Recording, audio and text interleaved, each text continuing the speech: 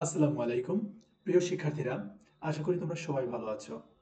তোমাদের অনেকের অনুরোধে অবশেষে আমি সপ্তম শ্রেণীর বিজ্ঞান বিষয়ের যে নমুনা প্রশ্নটি তৈরি করেছি তার উত্তর সহ তোমাদের সাথে শেয়ার করছি।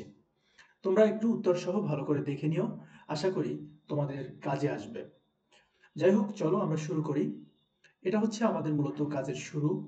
তো কাজ একের যে ধাপ ছিল, প্রথম ধাপে বলা হয়েছিল যে প্রথমে তথ্য সংগ্রহের জন্য একটি প্রশ্নমালা তৈরি করবে। প্রশ্নমালার জন্য মধ্যে যা যা থাকবে, এই যে নিচের বিষয়গুলো, এগুলো তোমার প্রশ্নের মধ্যে থাকতে হবে। তো আমি তোমাদেরকে প্রশ্নমালা করে দিয়েছি, নমুনা প্রশ্নমালা। এটা একটু দেখে নাও স্টেপ বাই স্টেপ। এভাবে হচ্ছে প্রশ্নমালা তৈরি করতে হবে তোমাকে। তো এই হচ্ছে তোমাদের প্রশ্নমালার প্যাটার্ন। এরপরে দেখো যে মোটামুটি এখানে কতটা, প্রায় 21টার মতো প্রশ্ন দেওয়া হয়েছে। এরপরে তোমরা দেখবে পরবর্তী ধাপ 2। ধাপ 2তে বলা হয়েছিল যে উদ্ভিদের নামের একটি তালিকা তৈরি করো। তালিকা থেকে যে কোনো 3টে উদ্ভিদ বেছে নাও।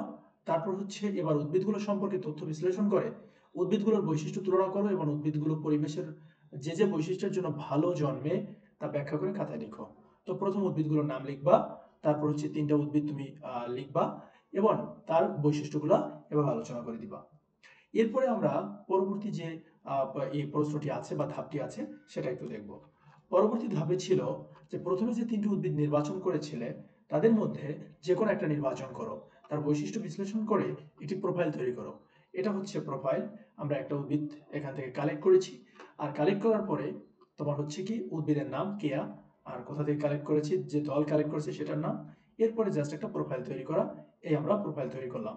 তো এই ছিল মূলত তোমাদের বিজ্ঞান বিষয়ের সপ্তম শ্রেণীর নমুনা প্রশ্নটির উত্তর। আশা করি তোমরা সবাই বুঝেছ।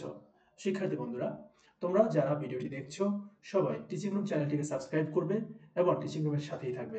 কোনো ধরনের প্রশ্ন থাকলে অবশ্যই কমেন্টস বক্সে জানাবে। ভালো থাকবে, সুস্থ থাকবে।